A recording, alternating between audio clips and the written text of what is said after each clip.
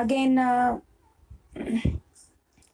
the concept of deadlock is the group of processes are blocked because they are holding some resources and waiting for acquiring the resources which are acquired or allocated by another process. Then this concept is called as deadlock. And in deadlock there are four necessary conditions: mutual exclusion, hold and wait, no preemption and circular wait. सभी को याद आ रहा है ना?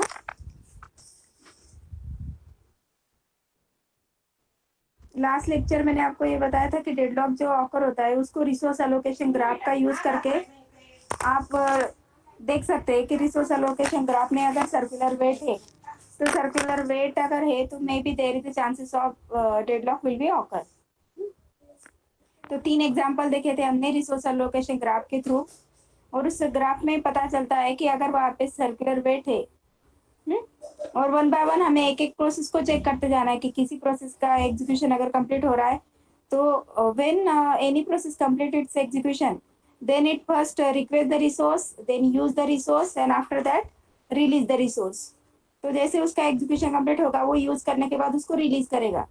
तो resources release होने के बाद सेकेंड वाला जो प्रोसेस रहता है उस रिसोर्सेस को होल्ड करके अपना एग्जीक्यूशन कंप्लीट कर सकता है.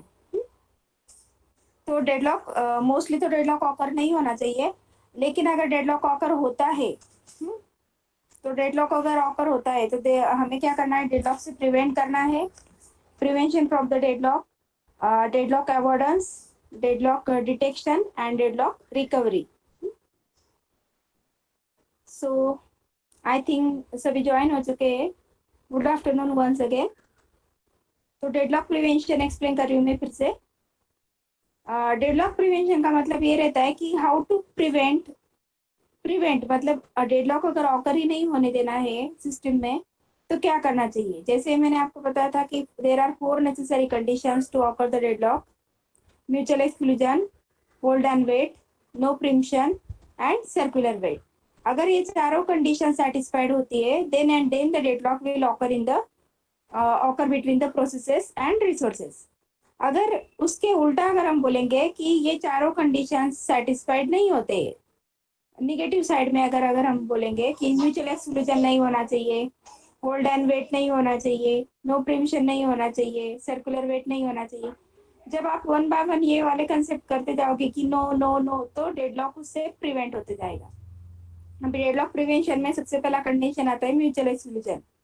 इन म्यूचुअल एक्सक्लूजन का मतलब क्या रहता है कि शेयरेबल मोड में रिसोर्सेज शेयर करते हैं और एट ए टाइम कोई एक ही रिसोर्सेज को शेयर करता है, उतने टाइम तक बाकी वाले प्रोसेस को वेट करना है. लेकिन उसके उल्टा अगर आप बोलोगे कि म्यूचुअल एक्सक्लूजन नहीं होना चाहिए तो mutual exclusion not required for shareable resources, must hold for non shareable resources. तो यहाँ पे क्या इसका मतलब क्या है कि म्यूचुअल एक्सक्लूजन नहीं होना चाहिए, मतलब at a time non shareable mode में रिसोर्सेस रखने चाहिए और कोई भी प्रोसेस उसको एक्सेस करना चाहिए. तो ये तो पॉसिबल ही नहीं है. नॉन शेयरेबल मोड में अगर हम किसी रिसोर्स को रखेंगे तो कोई भी प्रोसेस उसको कमांड देगा, और नंबर ऑफ कमांड्स अगर एट ए टाइम अगर किसी रिसोर्स को आएंगे तो वो कौन सा कमांड पहले कंप्लीट करेगा, उसमें थोड़ा सा उसमें प्रॉब्लम ऑकर हो सकती है. तो म्यूचुअल एक्सक्लूजन पॉसिबल नहीं है. Hold and wait must guarantee that whenever a process requests a resource it does not hold any other resource. तो इसका मतलब क्या है कि जब किसी प्रोसेस को एग्जीक्यूट करना है तो उस टाइम पे वो किसी भी रिसोर्स को होल्ड करके नहीं रखेगा, ना ही वेट करते रहेगा. अभी कोई भी रिसोर्सेस अगर फ्री मिले हैं तो उसको अगर होल्ड ही नहीं किया तो उस प्रोसेस का टर्न आएगा क्या? नहीं. ऑब्वियसली जब तक हमें रिसोर्सेस एक एक करके जितने फ्री मिलते जा रहे हैं उनको अलोकेट करते जाना है, होल्ड करते जाना है, और जितने फ्री नहीं मिलते उनके लिए वेट करना है. तो होल्ड एंड वेट तो करना ही पड़ेगा ना. ये वाला कंडीशन भी वहाँ पे हम उसको रोक नहीं सकते. It require processes to request and be allocated all its resources before it begins execution, or allow processes to request resources only when the process has none. Low resource utilization and starvation possible. तो उसमें क्या रहेगा कि अगर कोई भी process resource को request ही नहीं करेगा, होल्ड नहीं करेगा, तो यहाँ पे रिसोर्स यूटिलाइजेशन लो हो जाएगा और स्टारवेशन का प्रॉब्लम मतलब क्या है कि जिस प्रोसेस के पास रिसोर्सेज है वही उसको होल्ड करके रखेगा, उसको कभी भी दूसरों के लिए फ्री नहीं करेगा, तो बाकी वाले process continuously in waiting state में भी रह सकते हैं। तो दिस ये सेकंड कंडीशन भी सेटिस्फाइड नहीं कर सकते। नेक्स्ट,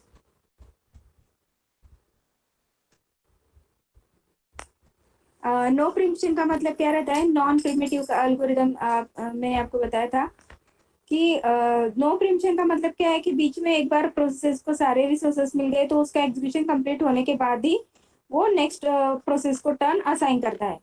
लेकिन अगर हमने बोला उसके उल्टा नो प्रिमिशन मतलब ये नहीं होना चाहिए, मतलब प्रिमिट होना चाहिए, प्रोसेस ने बीच में रुकना चाहिए।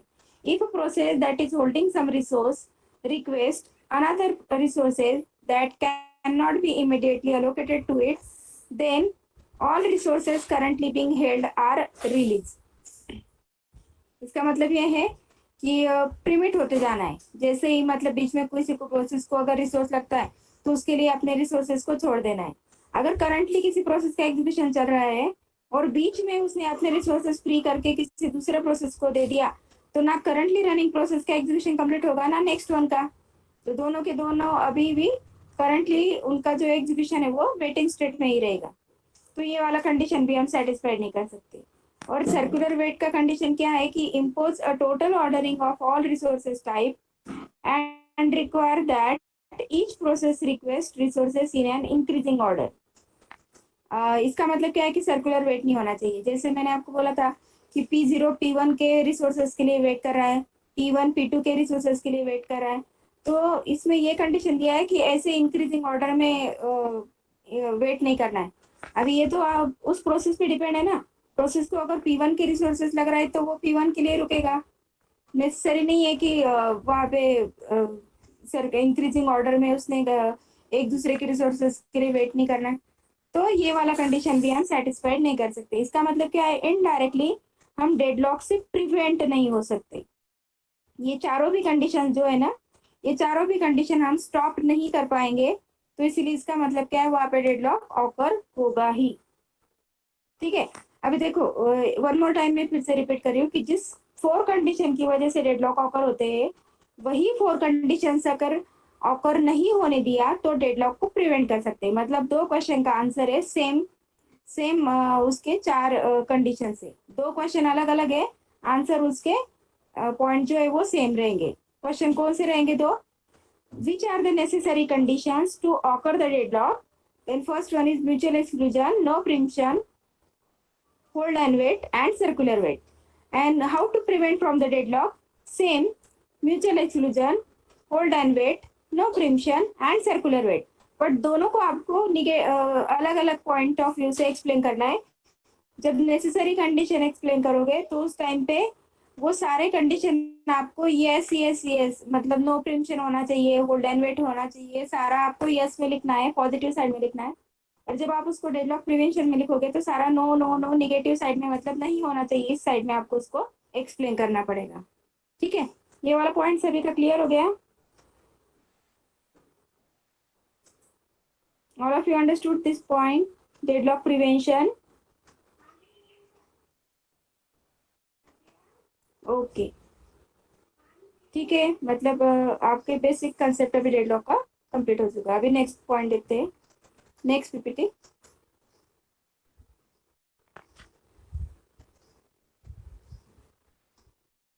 तो मैंने जैसे बोला था कि डेडलॉक से अगर प्रिवेंट नहीं हो पा रहे तो हमें क्या करना पड़ता है? फिर डेडलॉक को अवॉइड करना पड़ता है, अवॉइड। तो अवॉइड करने के लिए बैंकर्स डेडलॉक अवॉइडेंस एल्गोरिदम एक है, उस एल्गोरिदम का एक एग्जांपल मैं आपको बताऊंगी। तो डेडलॉक अवॉइडेंस क्या होता है? अवॉइड मतलब हमें क्या करना है कि स्टेप बाय स्टेप सिस्टमैटिकली एक एल्गोरिदम अप्लाई करके डेडलॉक को रुकाना है, अवॉइड करना है। Requires that the system has some additional prior information available. अभी देखो ये वाला जो है ना, maximum number of resources, simplest and most useful model require that each process declare the maximum number of resources of each type। तो सबसे पहले हमें ये पता होना चाहिए कि कितने रिसोर्सेस है हमारे पास और उसके कितने इंस्टेंसेस है। रिसोर्स एलोकेशन ग्राफ आपको याद आ रहा है क्या? उसमें मैंने आपको बताया था कि प्रोसेस हमेशा सर्कल से उस 1 मिनट आप प्रीवियस स्लाइड पे जाओगे रिसोर्स एलोकेशन ग्राफ के। रिसोर्स एलोकेशन ग्राफ प्रीवियस, हाँ यस दिस वन। बस बस ठीक है ठीक है। यहाँ पे हम क्या कर रहे हैं कि प्रोसेस को सर्कल से रिप्रेजेंट करते हैं और रिसोर्सेस को हमेशा हम क्या करते हैं स्क्वायर में। और स्क्वायर के अंदर जितने सारे डॉट्स होते हैं ना वो रहते हैं उसके नंबर ऑफ इंस्टेंसेस। तो जब हमें डेडलॉक को अवॉइड करना है तो सबसे पहले हमें हर रिसोर्स के कितने इंस्टेंसेस है, means how many total number of resources are available, ये पता होना चाहिए। तो जितने डॉट्स है उतने इंस्टेंसेस है। मतलब अगर R2 प्रिंटर है तो 2 डॉट्स है तो देर आर 2 प्रिंटर्स। R4 अगर स्कैनर है और 3 डॉट है तो देर आर 4 स्कैनर। तो ये उसके नंबर ऑफ कितने नंबर ऑफ रिसोर्सेस है वो हमें अवेलेबल कितने है वो पता होने चाहिए। नेक्स्ट नेक्स्ट पॉइंट,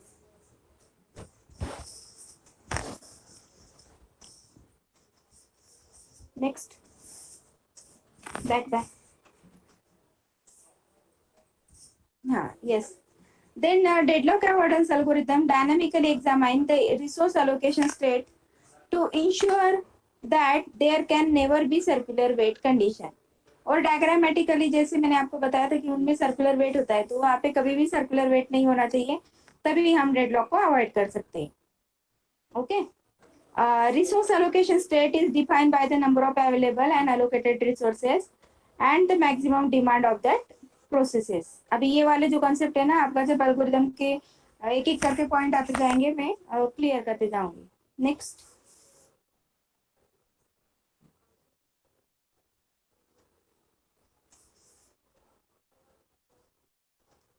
नेक्स्ट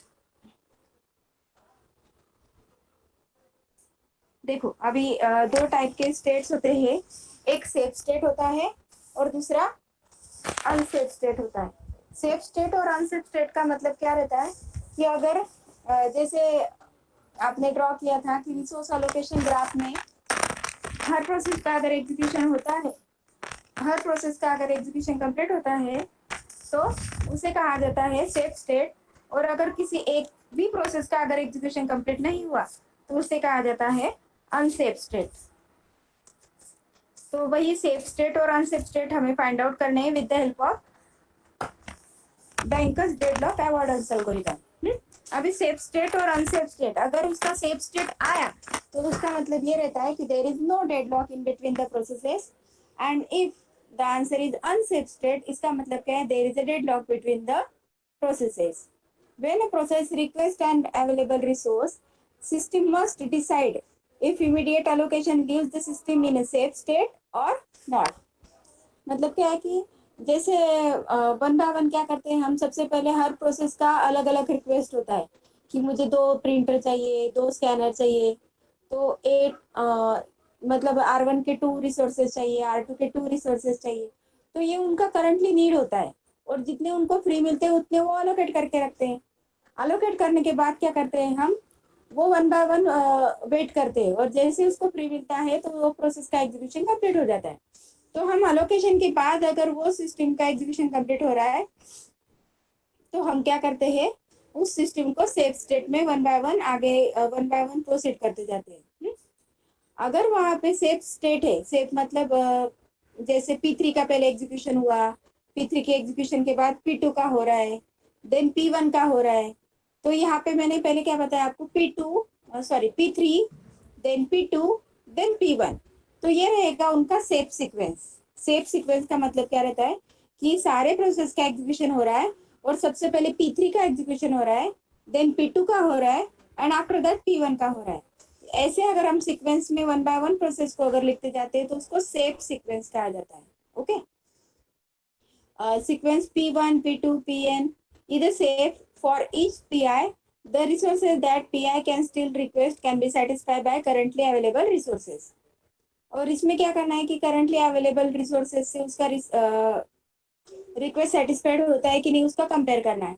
मतलब मेरे पास 4 रिसोर्सेज फ्री है, 4 रिसोर्सेज फ्री है और P1 को भी 4 ही रिसोर्सेज लग रहे, तो उसका तो रिक्वेस्ट सेटिस्फाइड हो जाएगा ना, लेस देन और इक्वल टू होना चाहिए नीड। लेकिन अगर मेरा नीड है 5 रिसोर्सेज चाहिए और 4 रिसोर्सेज फ्री मिल रहे, तो उसका नीड सेटिस्फाइड होगा क्या? नहीं, उस प्रोसेस का एग्जीक्यूशन नहीं हो पाएगा। तो यही यहाँ पे पॉइंट वाइज एक्सप्लेन किया है कि किसी भी प्रोसेस को अगर एग्जीक्यूट करना है तो उसका नीड पहले चेक करना पड़ता है। नेक्स्ट,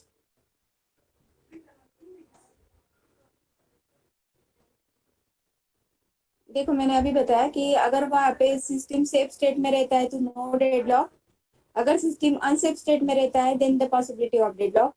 तो अवॉइडेंस एल्गोरिदम से हम फाइंड आउट करेंगे कि सेफ स्टेट में है या अनसेफ स्टेट में है। Next,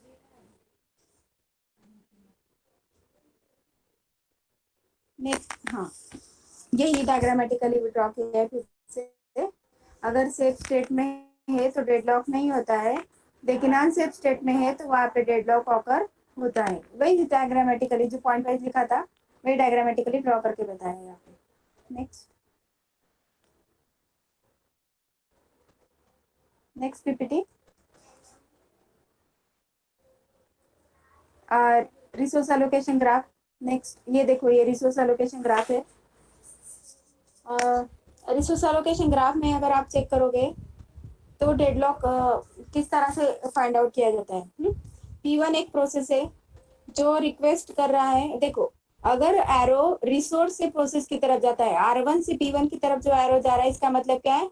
R1 is allocated by P1। अगर एरो P1 प्रोसेस से लेके रिसोर्स की तरफ जाता है, डॉटेड एरो, अगर एरो प्रोसेस से लेके रिसोर्स की तरफ जाता है तो ये रहता है रिक्वेस्ट। मतलब P1 को R1 फ्री मिला, फ्री रिसोर्स मिला तो उसने उसको होल्ड करके रखा है और वेट किसके लिए कर रहा है? R2 के लिए। अभी P2 वाले प्रोसेस में क्या प्रॉब्लम हो रही है? P2 again P2 is waiting for R1 and also for R2। अभी P2 को क्या है? R1 R2 दोनों रिसोर्सेज की जरूरत है, उसमें से उसको R1 भी फ्री नहीं मिल रहा है ना ही R2। अभी इसमें क्या रहेगा? आर ये वाला जो कंसेप्ट है ना, यहाँ पे अगर इंस्टेंसेस अगर सिंगल सिंगल है तो ये कंटिन्यूअसली डेडलॉक स्टेट में जाएंगे। अगर रिसोर्सेज ज्यादा है तो P1 का एग्जीक्यूशन पहले कंप्लीट होगा, देन P2 का एग्जीक्यूशन उसके बाद कंप्लीट हो सकता है। नेक्स्ट,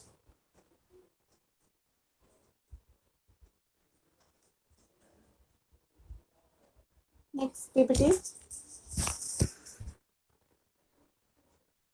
नेक्स्ट, मैं अभी एल्गोरिथम बताती हूँ कैसे फाइंड करते हैं। नेक्स्ट, नेक्स्ट पीपीटी, हाँ, बैंकर्स एल्गोरिथम, उसका एल्गोरिथम ओपन करो। ये एल्गोरिथम है। बैंकर्स एल्गोरिथम में क्या रहता है कि देखो टेक्निकल टर्म्स समझ लो आप। There are available n by m matrix, allocation, need matrix. तो ये वाले जो मैट्रिक्स है ना, ये आपको नेक्स्ट एक एग्जांपल दिया होगा, अल्गोरिदम है, उसमें अल्गोरिदम और एक एग्जांपल भी दिया है, उससे क्लियर होते जाएंगे कंसेप्ट। नेक्स्ट पीपीटी दिखाओ, मैं बताती हूँ आपको सारे कंसेप्ट। ये देखो, सबसे पहले क्या रहता है कि सारे जो प्रोसेस है उनका वर्क जो रहता है, finish of I, finish of आई जो है इसका मतलब क्या है कि सभी प्रोसेसेस पी ऑफ आई जितने प्रोसेस है उनके अभी एक का भी एग्जीक्यूशन कंप्लीट नहीं हुआ है, तो सभी को फॉल्स रखना है। मतलब हम फ्लैग सेट करते हैं ना, किसी भी प्रोसेस का एग्जीक्यूशन कंप्लीट हो जाएगा तो फ्लैग को सेट करेंगे, अदरवाइज उसका फ्लैग रिसेट रहेगा। और जब सारे प्रोसेस के फ्लैग सेट हो जाएंगे then the system is in safe state and work is equal to available. Available का मतलब क्या है कि कितने करंटली फ्री रिसोर्सेस है। जैसे आपको मैंने अभी बताया कि जितने रिसोर्सेस फ्री मिलते हैं, कुछ रिसोर्सेस होल्ड करके रखे होंगे प्रोसेस ने, और बाकी वाले क्या रहते हैं कि रिसोर्सेज जो अवेलेबल रहते हैं, फ्री रहते हैं, अवेलेबल रिसोर्सेज जो किसी ने भी अभी तक अलोकेट नहीं किए, तो उसे वर्क कहा जाता है। These are the available resources. Okay, तो क्या करना है? Find an I such that, हमें ऐसे प्रोसेस को फाइंड करना है जिसका फिनिश ऑफ आई फॉल्स होना चाहिए, मतलब जिसका एग्जीक्यूशन अभी तक कंप्लीट नहीं हुआ होगा। ऐसे प्रोसेस को सबसे पहले फाइंड करना है। तो P0, P1, P2, P3 या फिर जितने भी प्रोसेस है उसमें से एक प्रोसेस को सबसे हम P0 से स्टार्ट करेंगे, P1 से स्टार्ट करेंगे। P0 फर्स्ट होगा तो P0, P1 फर्स्ट होगा तो P1। तो P1 का फिनिश ऑफ आए तो अभी फॉल्स ही है, अभी तक किसी भी प्रोसेस का एग्जीक्यूशन कंप्लीट नहीं हुआ, तो उसका नीड चेक करना है। नीड क्या होता है? नीड मतलब उसने कुछ रिसोर्सेस होल्ड करके रखे होंगे और कुछ प्रोसेसेस के लिए वेट करते होगा। वेट मतलब रिमेनिंग प्रोसेस रिसोर्सेस के लिए वेट करता होगा। तो जितने प्रोसेसेस के लिए वो वेट करता है ना, उसका वो नीड रहता है। नीड मतलब currently some resources already with some process number p1, but he is waiting for another resources, and waiting for another resource is the need of the current process. तो ये उसका नीड ऑफ आई है। उस process का need अगर available से less than और equal to है, work is equal to available, ऊपर फर्स्ट नंबर पे लिखा है देखो, फर्स्ट पॉइंट में work is equal to available. अगर किसी प्रोसेस का need less than equal to available, less than equal to work है, देन हमें क्या करना है? Go to step 3। अगर ऐसा कोई भी एग्जिस्ट नहीं है, देन गो टू स्टेप 4। अगर किसी भी प्रोसेस का नीड अगर सेटिस्फाइड नहीं हो पा रहा है अवेलेबल रिसोर्सेज से, किसी भी प्रोसेस का रिक्वेस्ट अगर सेटिस्फाइड नहीं हो रहा है, देन हमें क्या करना पड़ेगा? If no such I exist, go to step 4। अगर कोई भी आई एग्जिस्ट नहीं है तो स्टेप 4 में जाना है। एंड वहां पे क्या करना है? Finish of I is equal to true for all I. अगर सभी आई फिनिश ऑफ आई मतलब हर प्रोसेस का अगर आपने स्टेटस फ्लैग ट्रू कर दिया है तो सिस्टम ट्रू स्टेट में है, तो सेफ स्टेट का आ जाएगा। अगर किसी एक भी फिनिश ऑफ आई किसी एक प्रोसेस का फॉल्स है तो system is in unsafe state में रहेगा। अभी करना क्या है वो देखो। अगर किसी प्रोसेस का नीड जो है लेस देन अगर अवेलेबल आता है, किसी भी प्रोसेस की जो रिक्वायरमेंट है वो अवेलेबल से अगर मैच हो गई, तो क्या करना पड़ेगा? Work is equal to work plus allocation. Work क्या है? ऑलरेडी अवेलेबल होगा, मतलब 3 रिसोर्सेस अवेलेबल होंगे, तो उस 3 में जो अगर किसी प्रोसेस, मैंने आपको पहले बताया था कि किसी भी प्रोसेस का एग्जीक्यूशन कंप्लीट होता है तो वो अपने रिसोर्सेस को रिलीज करता है। अभी हमें रिसोर्सेस को रिलीज करना पड़ेगा। अवेलेबल ऑलरेडी 3 थे, 3 को यूज करने के बाद अभी ये अपने अपने पास के अगर 2 रिसोर्सेस होल्ड किए होंगे अलोकेट, तो उसको भी फ्री करने पड़ेंगे ना। तो उस 3 में, उस अवेलेबल में प्रोसेस नंबर 1 अपने जो ऑलरेडी अलोकेटेड रिसोर्सेस थे वो भी ऐड कर देगा, मतलब उसको भी फ्री कर देगा, तो हमारा अवेलेबल और बढ़ जाएगा और उसका फिनिश ऑफ आई को ट्रू करेगा। ये जब आप एग्जाम्पल्स वाइज सॉल्व करोगे ना, तो आपके कंसेप्ट और अच्छे से क्लियर होते जाएंगे। नेक्स्ट पेज पे इसका एग्जाम्पल है।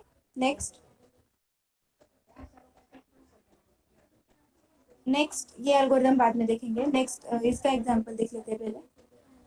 ये देखो, ये एग्जाम्पल दिया है कि there are 5 process P0, P1, P2, P3, P4। There are 5 processes and their allocation, जैसे मैंने बताया था कि कुछ रिसोर्सेस अलोकेट करके रखे होंगे। There are 3 types of resources A B C. यहाँ पे R1, R2, R3 की जगह पे ए बी सी रिसोर्स का नाम दिया है और उनका अलोकेशन दिया है। हर प्रोसेस को जितने फ्री मिले उतने उसने अलोकेट करके रखे।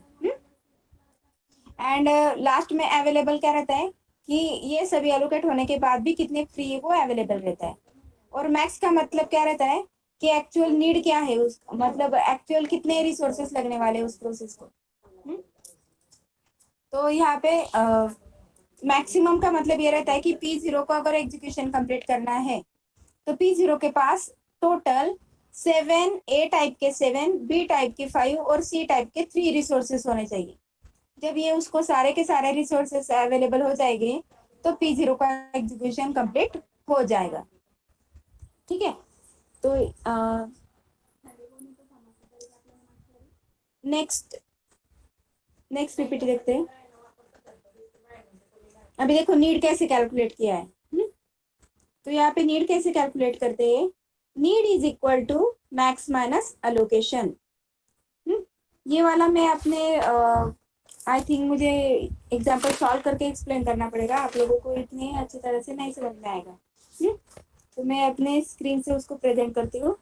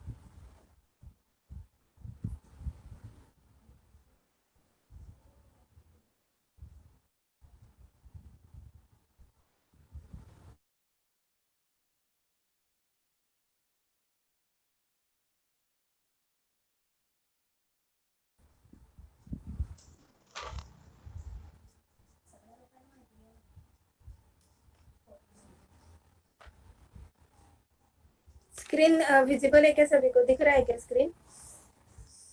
Yes ma'am. पेज दिख रहा है क्या मेरा? हो मैम, दिखते हैं। मुझे क्यों नहीं दिख रहा है?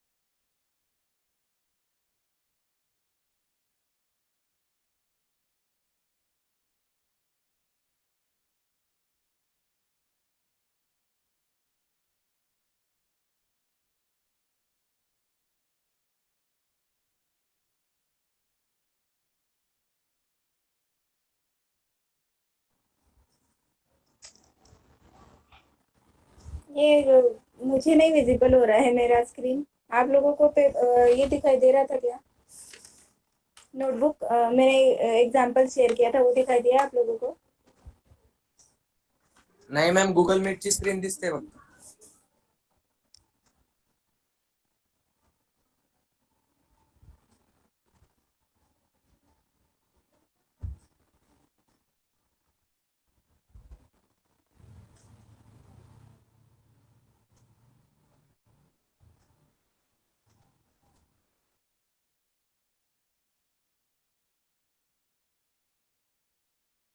यस मॅम, आता दिसते नोटबुक.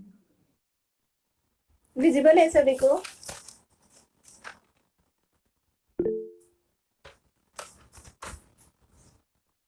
ठीक है, अब एक एग्जांपल बताती हूँ मैं आपको डेडलॉक एवॉइडेंस का। नाउ विजिबल है ना सभी को?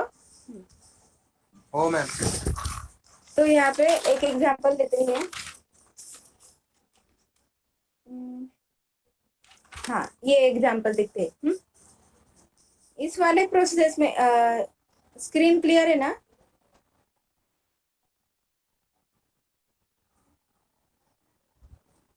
ये देखो, यहाँ पे देर are 3 processes, P1, P2, P3। उसका अलोकेशन दिया रहता है, ऑलरेडी अलोकेशन गिवन रहता है। हाँ, तो 2 to 3, 203, 1 to 4 उसका मैक्स भी गिवन रहता है। और हमें टोटल रिसोर्सेस या अवेलेबल इसमें से कोई एक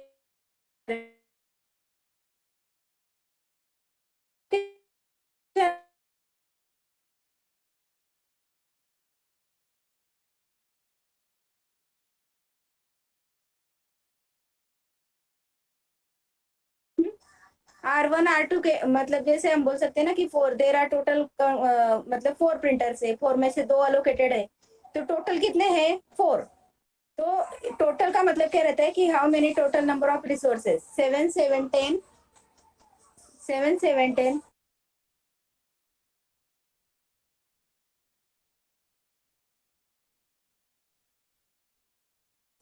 तो यहाँ पे टोटल कितने रिसोर्सेस है? 7 7 10। तो इसमें भी वही दिया है कि is the current allocation is in safe state और नॉट। एंड एक रिसोर्स रिक्वेस्ट एल्गोरिथम था नेक्स्ट वाला, वो सेटिस्फाइड होगा कि नहीं होगा। तो उसके लिए क्या, सबसे पहले क्या करते हैं? नीड मैट्रिक्स कैलकुलेट करते हैं। नीड मैट्रिक्स कैसे कैलकुलेट किया जाता है? ये देखो, नीड मैट्रिक्स कैलकुलेट करने के लिए नीड मैट्रिक्स का फॉर्मूला है मैक्स माइनस अलोकेशन। तो नीड मैट्रिक्स कैलकुलेट करने का फॉर्मूला है need is equal to max minus allocation. Maximum क्या था? अभी P1 का मैक्सिमम देखते हैं हम। हाँ, P1 का मैक्स था 368 और उसका अलोकेशन था 223। तो 368 माइनस 223 यहाँ पे हर नंबर को सेपरेट कंसिडर करना है, because this is A type of resource, this is B type of resource and this is C type of resource. तो उनको एक ही इसमें कंसिडर नहीं करना है आप लोगों को, तीनों के तीनों अलग अलग रिसोर्सेस है। तो 8 माइनस 3 5, 6 माइनस 2 4, 3 माइनस 2 1। तो ये हो गया उसका नीड, ये देखो ये आ गया नीड 1 4 5। तो नीड कैलकुलेट करते समय हमें क्या करना पड़ता है, मैक्सिमम में से अलोकेशन को सब्ट्रैक्ट करना पड़ता है, तब हमें P1 P2 और P3 का नीड मिल जाएगा। अभी एल्गोरिथम के हिसाब से सबसे पहले हमें क्या करना है, सभी का नीड निकालना है एंड फिनिश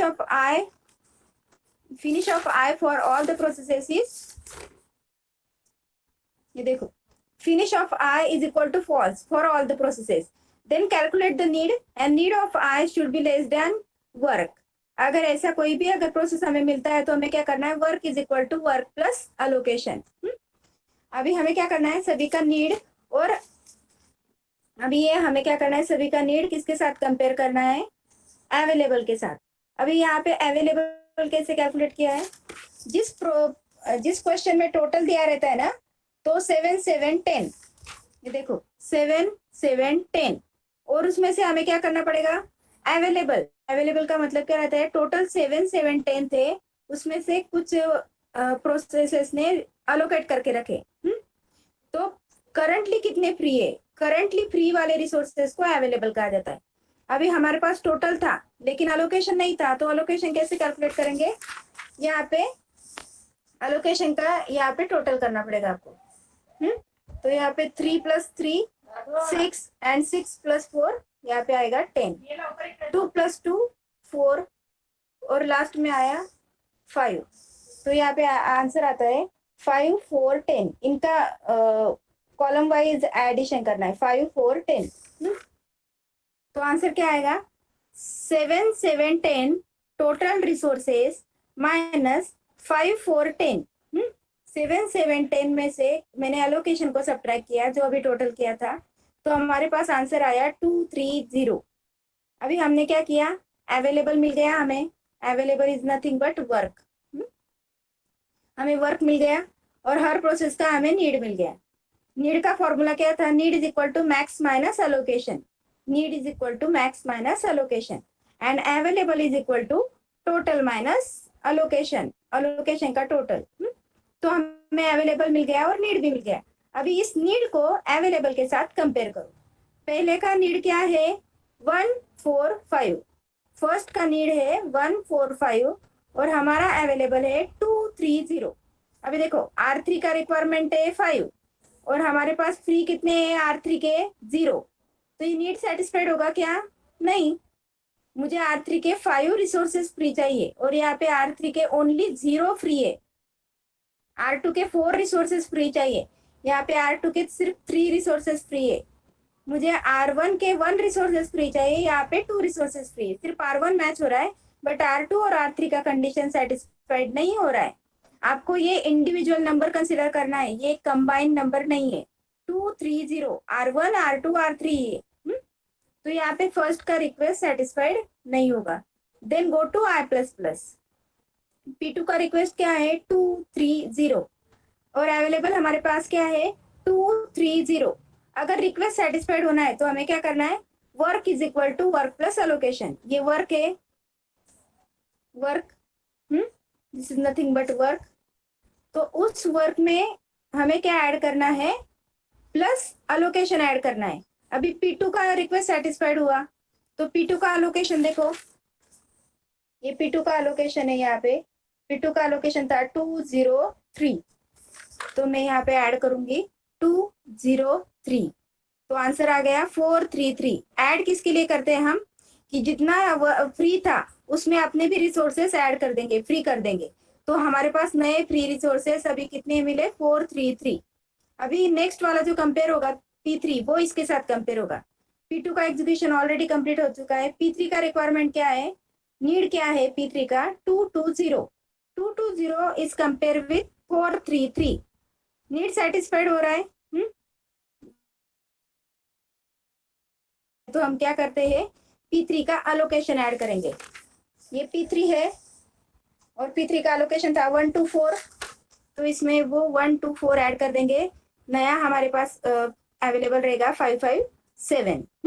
557 में लास्ट अभी देखो P2 का भी कंप्लीट हो गया, तो नेक्स्ट फिर से बैक टू P1 जाएंगे। P1 का नीड है 145 और हमारे पास नए रिसोर्सेज जो फ्री है वो 557 है। अभी नीड सेटिस्फाइड होगा, उसका लोकेशन ऐड कर देंगे P1 का 223। तो 223 ऐड करने के बाद यहाँ पे लास्ट में आंसर आया 77710। ये टोटल रिसोर्सेस बिफोर एग्जीक्यूशन जितने थे और आफ्टर एग्जीक्यूशन जितने थे उतने ही बाद में सारे फ्री हो चुके, मतलब हमारा आंसर कंप्लीट हो चुका। और जब हम सॉल्व करते हैं और सॉल्व करते समय अगर हमें सीक्वेंस मिल रहा है कि पहले P2 का एग्जीक्यूशन हुआ, देन P3 का हुआ, देन P1 का हुआ, देखो P2 का हुआ, P3 का हुआ और P1 का हुआ, अगर हमें ऐसा कोई सेफ सीक्वेंस मिलता है तो उसे कहा जाता है the system is in safe state. Okay, समझ में आया क्या ये? इसका मैं आपको ग्रुप पे फोटो शेयर करूंगी। अल्गोरिदम ऑलरेडी आपके पास है, अल्गोरिदम से आप लोगों को फिर और क्लियर हो जाएगा। इसका मैं फोटो डालूंगी। और हो सके तो एक आध एल्गोरिदम हम खुद सॉल्व करके देखेंगे, एक एग्जांपल नेक्स्ट लेक्चर में, तो आपको ये एल्गोरिदम कैसे सॉल्व करना है वो भी समझ में आ जाएगा। समझ में आ गया कि आपको एल्गोरिदम में मैक्सिमम और अलोकेशन दिया रहता है, अलोकेशन और मैक्स दिया रहता है, और टोटल रिसोर्सेस या अवेलेबल दिया रहता है। अवेलेबल डायरेक्टली दिया रहा है तो कोई प्रॉब्लम नहीं।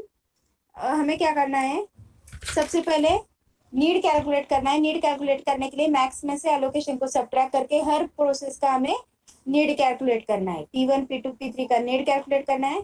और आफ्टर दैट हमें क्या करना है, अवेलेबल में, यहाँ पे अवेलेबल नहीं दिया था, टोटल दिया था, इसलिए मुझे टोटल में से एलोकेटेड को सब्ट्रैक्ट करके अवेलेबल निकालना पड़ा।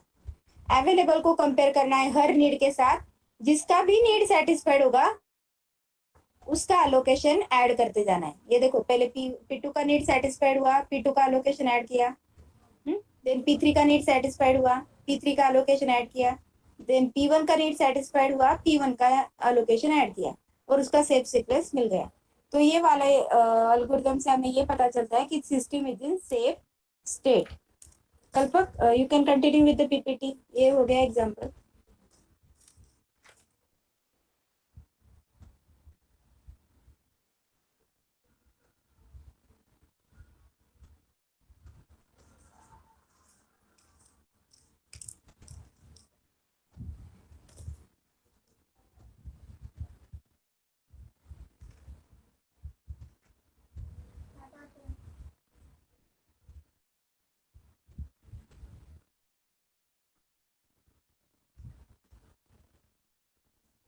कल्पक पीपीटी स्टार्ट करो।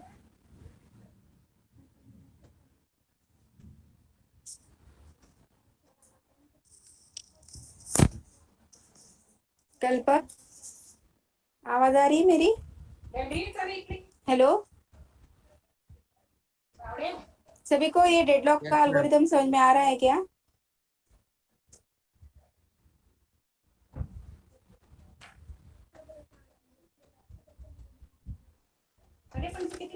नेक्स्ट बाकी, हाँ यस कल्पक, नेक्स्ट वाला जो पार्ट है, नेक्स्ट वाला जो पार्ट है वो बताती हूँ मैं अभी आपको।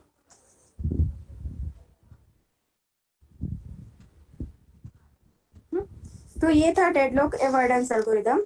डेडलॉक अवॉइडेंस एल्गोरिथम मैंने अभी एक्सप्लेन किया, उसका एग्जांपल बताया। नेक्स्ट पीपीटी देखते हैं। Next PPT.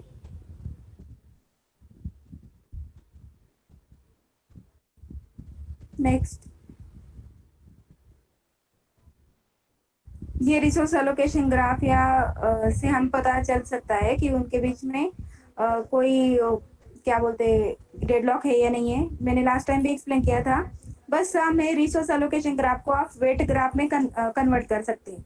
वेट ग्राफ में कैसे कन्वर्ट करोगे, सिर्फ यहाँ से R1 R2 R3 R4 ये सारे रिसोर्सेज को हटा के डायरेक्टली प्रोसेस के बीच में कनेक्शन दिखाना।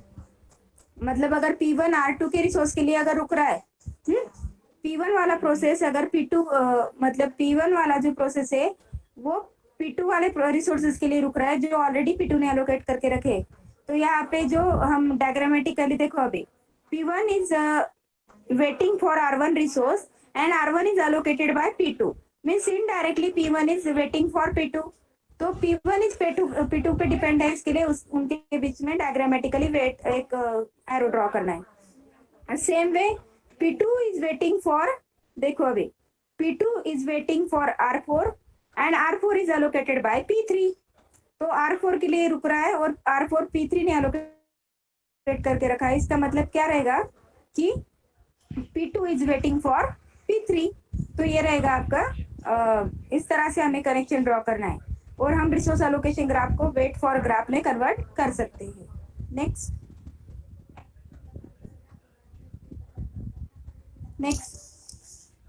नेक्स्ट देखो डेडलॉक डिटेक्शन एल्गोरिथम मैंने अभी आपको बताया कि सभी चेक करना है और डिटेक्ट करने के बाद, डिटेक्ट मतलब जिस प्रोसेस की वजह से किसी भी सारे प्रोसेस का एग्जीक्यूशन कंप्लीट नहीं होता है और जिस प्रोसेस का फिनिश ऑफ आई फॉल्स रहता है और रिक्वेस्ट जो है वो less than equal to work रहता है, तो किसी भी प्रोसेस की वजह से अगर ये रुक जाता है ना, तो जिस प्रोसेस की वजह से वो रुका तो उस प्रोसेस के बीच में डेडलॉक है, उस प्रोसेस की वजह से डेडलॉक ऑकर हो रहा है.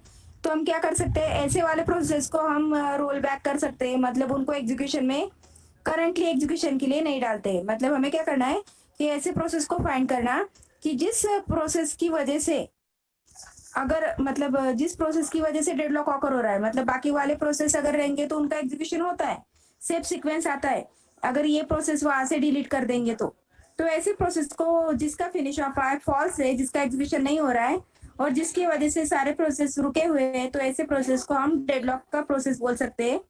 और उसके लिए सॉल्यूशन ये है कि डेडलॉक से रिकवर होना, मतलब उस प्रोसेस को उन सारे प्रोसेस के बीच में से डिलीट कर देना. डिलीट करना मतलब उसको वहां से हटा देना और जब उसके पास सारे रिसोर्सेज फ्री रहेंगे तब उस प्रोसेस का एग्जीक्यूशन कंप्लीट करना, मतलब रोल बैक करना, उसको एक एक स्टेप उसको प्रीवियस लेके जाना और उसको प्रीवियस रखना, मतलब उसको होल्ड एंड वेट में नहीं रखना, उसमें से सारे रिसोर्सेज दूसरे प्रोसेस को दे देना और उस प्रोसेस का एग्जीक्यूशन सबसे लास्ट में जब इनका सभी का हो जाएगा तब उसको देना.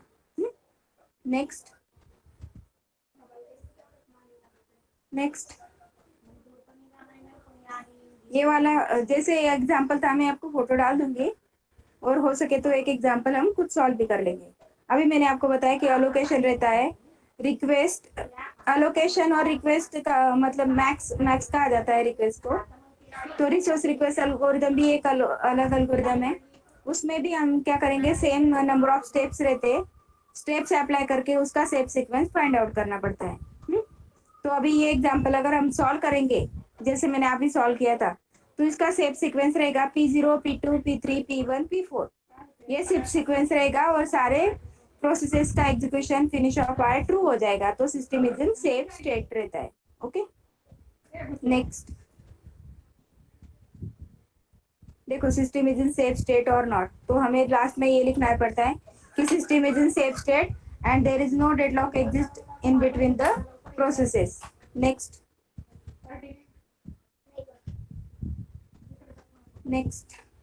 अब देखो डेडलॉक डिटेक्शन एल्गोरिथम, अभी मैंने आपको बताया कि डिटेक्ट करना कौन से प्रोसेस के बीच में डेडलॉक ऑकर हो रहा है, और लास्ट में अगर डेडलॉक ऑकर ही होता है, ऑकर हो ही गया, मतलब हमने अवॉइड करने की कोशिश की, अवॉइड करके मतलब उसको रुकाने की सेफ सीक्वेंस देखना है. जिस प्रोसेस की वजह से डेडलॉक आता है ना, उसको एक एक को हटा के देखना है.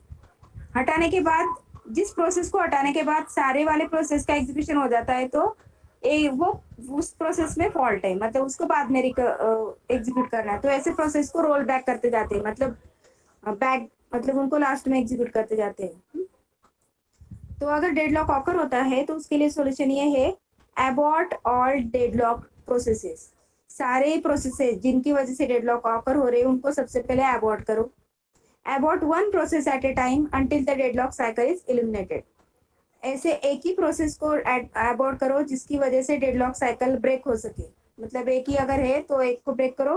नंबर ऑफ प्रोसेसेस अगर डेडलॉक ऑकर करे तो नंबर ऑफ प्रोसेसेस को स्टॉप करो. In which order should we choose to abort. अगर हमें अबॉर्ट करना है तो हमें कौन से कंडीशंस अप्लाई करेंगे. देन फर्स्ट कंडीशन ये रहता है प्रायोरिटी ऑफ द प्रोसेस. सबसे पहले प्रोसेस का प्रायोरिटी देखना है. प्रायोरिटी वाइज हम एक एक प्रोसेस को अबॉर्ट कर सकते हैं. How long process has completed, how much longer the completion, उसका एग्जीक्यूशन टाइम देख के हम उसको अबॉर्ट कर सकते हैं कि अगर उसको बहुत ज्यादा एग्जीक्यूशन टाइम है, बहुत ज्यादा रिसोर्सेज लग रहे हैं तो उसको अबॉर्ट कर सकते हैं. Resources the process has use, कौन से रिसोर्सेज उसके लगने वाले उस पे डिपेंड रहेगा, उस कंडीशन को अप्लाई करके हम उसको अबॉर्ट कर सकते हैं. Resources process needs to complete, कौन से रिसोर्सेज लग रहे हैं उसको कंप्लीट करने के लिए. How many processes will need to be terminated, कितने प्रोसेस कंप्लीट होने के बाद उसका नंबर आता है. इज प्रोसेस इंटरैक्टिव और बैच प्रोसेस, और वो प्रोसेस बैच प्रोसेस है या इंटरैक्टिव प्रोसेस है. इंटरैक्टिव और बैच प्रोसेस का डिफरेंस ये रहता है, इंटरैक्टिव मतलब जहाँ पे run time user interaction possible है, मतलब रन टाइम पे चेंजेस होते हैं, वो वाला प्रोसेस. और बैच का मतलब है यहाँ पे एक ही टाइम पे डेटा फीड कर देते हैं, उसमें बाद में चेंजेस नहीं होता है. नेक्स्ट, तो हमें रिकवरी अगर करना है ना, तो उस टाइम पे डिसाइड करना पड़ता है कि कौन से प्रोसेस को रुकाना है. प्रायोरिटी वाइज मतलब एक से ज्यादा रहेंगे तो उस टाइम पे ये कंफ्यूजन रहता है कि कौन से प्रोसेस को रुकाना है. एक ही रहेगा तो एक को रुका देंगे directly. Selecting a victim, minimize cost, roll back, return to some safe state, and starvation. Some process may always be pick up as victim. मतलब रैंडमली किसी भी एक प्रोसेस को सिलेक्ट करना, विक्टिम मतलब किसी भी एक प्रोसेस को सिलेक्ट करके उसको रुका देना. तो ये एक सॉल्यूशन है जिसकी वजह से हमारा मतलब इसकी वजह से क्या रहता है कि हमें कैलकुलेशन कम करने पड़ते हैं. तो ये मिनिमाइज कॉस्ट सिंपलेस्ट सॉल्यूशन है. दूसरा है रोल बैक. रोल बैक का मतलब क्या है कि एक एक स्टेप पीछे जाते रहना, जैसे हम एग्जीक्यूशन करते हुए एक एक प्रोसेस का एग्जीक्यूशन करते हुए आगे आगे जाते हैं तो एक एक स्टेप प्रीवियस जाना, जब तक हमें सेफ स्टेट सेफ सीक्वेंस नहीं मिलता है तब तक. और स्टारवेशन, इसका डिसएडवांटेज ये हो सकता है कि हर बार हम ऐसे ही प्रोसेस को कंसिडर करें, ऐसे ही प्रोसेस को रुकाएंगे जिसको हर बार एक ही प्रोसेस को सिलेक्ट किया रुकाने के लिए, तो उस विक्टिम मतलब एक ही प्रोसेस को अगर सिलेक्ट करते जाएंगे तो उसको स्टारवेशन कहा जाता है. नेक्स्ट,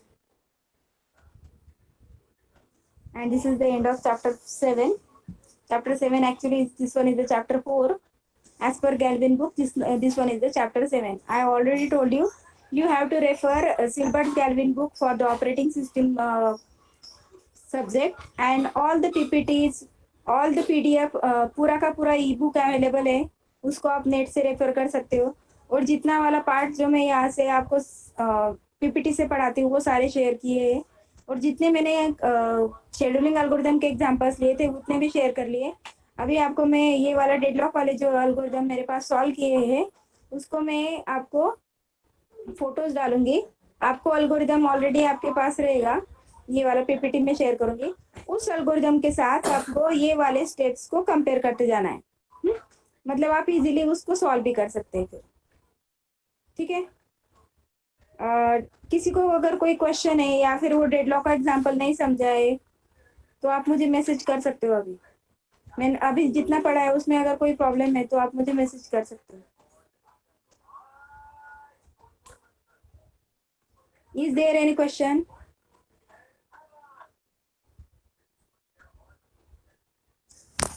यस नो, कुछ तो रिप्लाई करो. हेलो,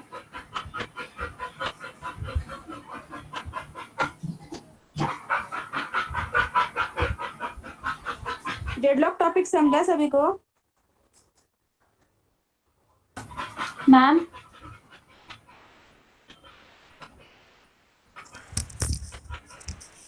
डेडलॉक का कंसेप्ट समझ में आया क्या?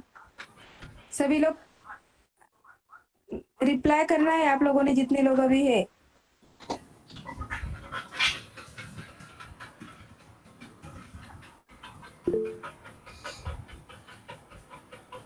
क्या है शिवानी, डाउट पूछो आपको जो नहीं समझा. मैम मुझे पता है आपको एल्गोरिदम नहीं समझ में आएगा, वो मैंने डायरेक्टली सॉल्व करके आपको समझाना पड़ेगा, मतलब एक एग्जांपल लेके स्टेप बाय स्टेप सॉल्व करके समझाना पड़ेगा. वो मैं एल्गोरिदम आपको समझाने वाली हूँ. शिवानी क्या डाउट है आपका? मैम आवाज आ रही है? Hello Shivani, ma'am. मैम आपको आवाज आ रही है?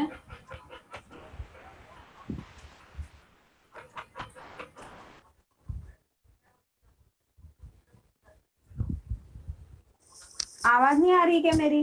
हेलो, क्या डाउट है शिवानी?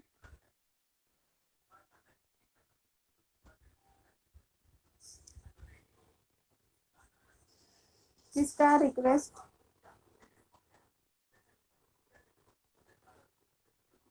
देखो जब किसी भी प्रोसेस का एग्जीक्यूशन कंप्लीट होता है ना, तो वो सबसे पहले हर प्रोसेस के 3 कॉलम रहेंगे। मैक्स मतलब मैक्सिमम कितना उसका रिक्वेस्ट है, देन अलोकेशन उसमें से कितने रिसोर्सेज को होल्ड करके रखा है, और लास्ट में रहता है अवेलेबल। अवेलेबल क्या रहता है कि हर प्रोसेसेस को जितने रिसोर्सेज लग रहे वो सभी रिसोर्सेज मिला के कितने हमारे पास फ्री रिसोर्सेज है, तो उसको अवेलेबल कहा जाता है। तो अवेलेबल को हमें क्या करना पड़ता है, हर प्रोसेस के नीड के साथ कंपेयर करना पड़ता है। और हम नीड कैसे कैलकुलेट करते हैं? मैक्स माइनस अलोकेशन, उसका maximum requirement minus allocated resources, इससे हमें उसका एक्चुअल करंटली नीड मिलता है।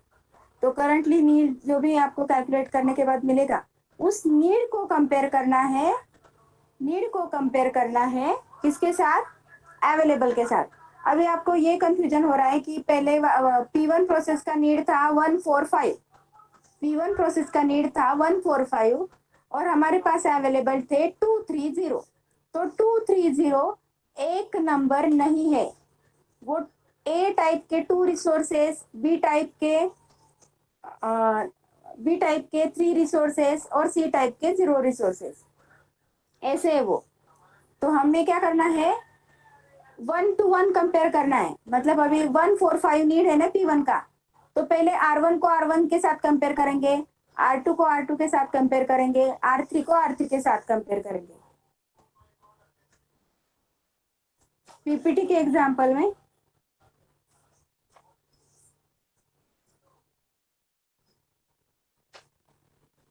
पीपीटी का एग्जांपल सॉल्व नहीं किया था उन्होंने, डायरेक्ट आंसर दिया था, हमें उसको सॉल्व करके देखना पड़ेगा। तो मैं एक लेक्चर लेने वाली हूँ, अभी कब लूंगी वो नहीं पता मुझे, लेकिन ये वाला मैं अल्गोरिदम जो है ना,